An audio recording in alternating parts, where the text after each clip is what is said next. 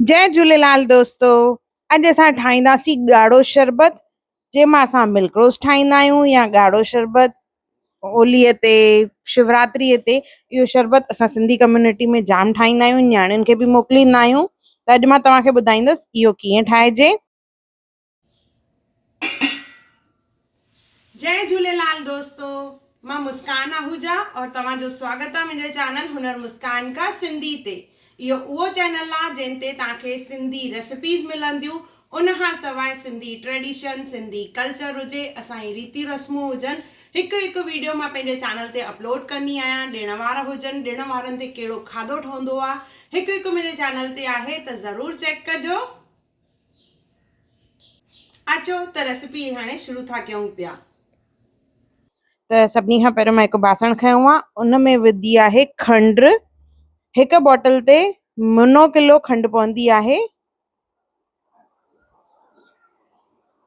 त मां 3 बॉटल ठाहे रही आहियां, त 3 बॉटल्स जे हिसाब सां मां हिन में खंड विधी आहे। और हुन में विझंदासीं असां लॻभॻि 3 खां 4 लीटर पाणी।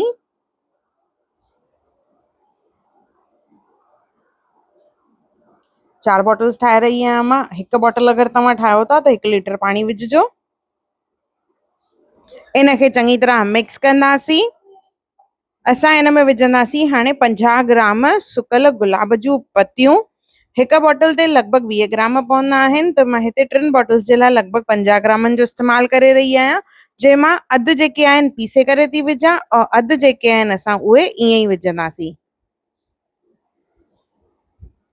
अगरि तव्हांजी खंड में मिटी वग़ैरह हुजे त तव्हां उन में थोरो सो खीर विझी करे उनखे टकाईंदो त उन में जेके इम्प्योरिटीज़ यानी कचिरो हूंदो उहो निकिरी ईंदो, मथां सरफेस ते ईंदो, त तव्हां कढी वठिजो। पर मां जेका हिते खंड यूज़ करे रही आहियां उहा साफ़ आहे, त इन में मां उहो प्रोसेस न कयो आहे। नंढा फोटा विझंदासीं हिन में। हिकु बॉटल ते लॻभॻि 3 खां 4 फोटा पवंदा, त 3 बॉटल जे हिसाब सां मां हिते 10 खां 12 फोटा विझी रही आहियां। नंढा फोटा, छोटी इलायची, और इन में विझंदासीं असां कलर।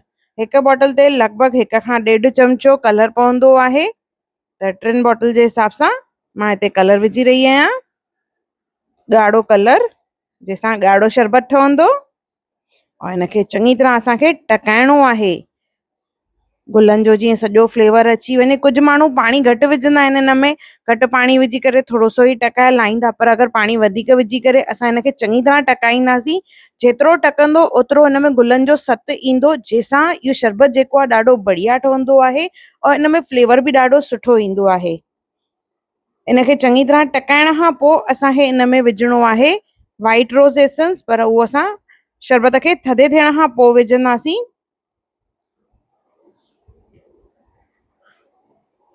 20 खां 25 मिंट टकाए करे ॾिसो ही शरबत लॻभॻि तयार थी वियो आहे। इन में असां एसेंस विझंदासीं।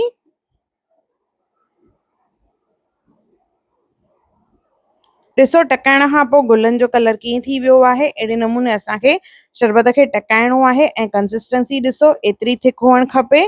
त लॻभॻि 20 खां 25 मिंट असां हिनखे टकाईंदासीं, पहिरियों तेज़ बाहि ते पोइ सिम बाहि ते। थधे थियण खां पोइ शरबत खे छाणींदासीं। और इन खां पहिरियों मां सब्ज़ा पुसाए रखिया। जी शरबत ठहंदो त थोरा सा सब्ज़ा विझंदासीं उन में।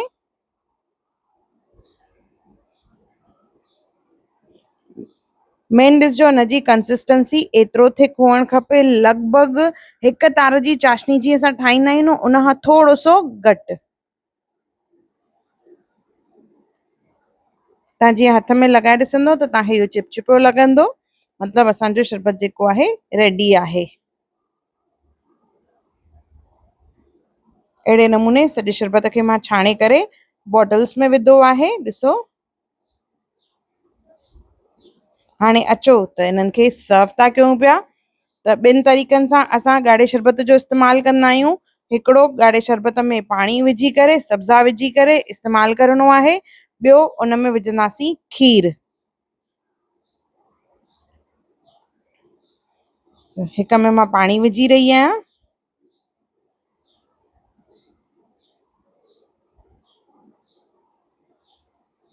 और ॿिए में वरी खीर। इहो थी वेंदो असांजो मिल्क रोज़। गर्मियुनि में सभिनी घरनि में लॻभॻि इहो मिल्क रोज़ ठहंदो ई आहे।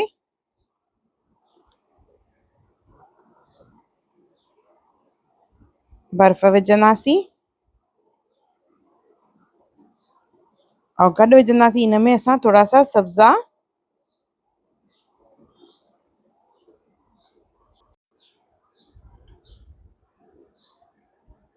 इहो असांजो मिल्क रोज़ बि तयार थी वियो ऐं ॻाढ़ो शरबत बि तयार थी वियो आहे।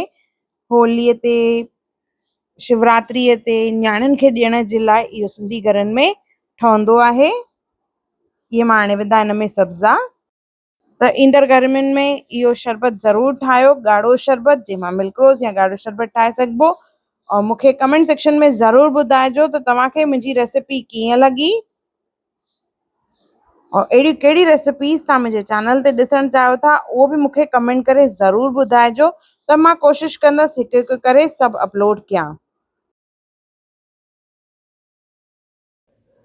अगरि तव्हांखे मुंहिंजे चैनल ते रेसिपी या वीडियो पसंदि आयो हुजे त उनखे ज़रूरु लाइक कजो, शेयर कजो और सब्सक्राइब कजो और मुंहिंजी नई ईंदड़ वीडियोस खे ॾिसण जे लाइ बेल आइकॉन ज़रूरु क्लिक कजो।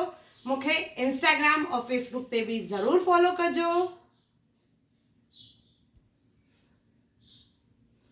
और मुंहिंजे सफ़र में मुंहिंजो साथ ॾियण लाइ धन्यवाद। जय झूलेलाल।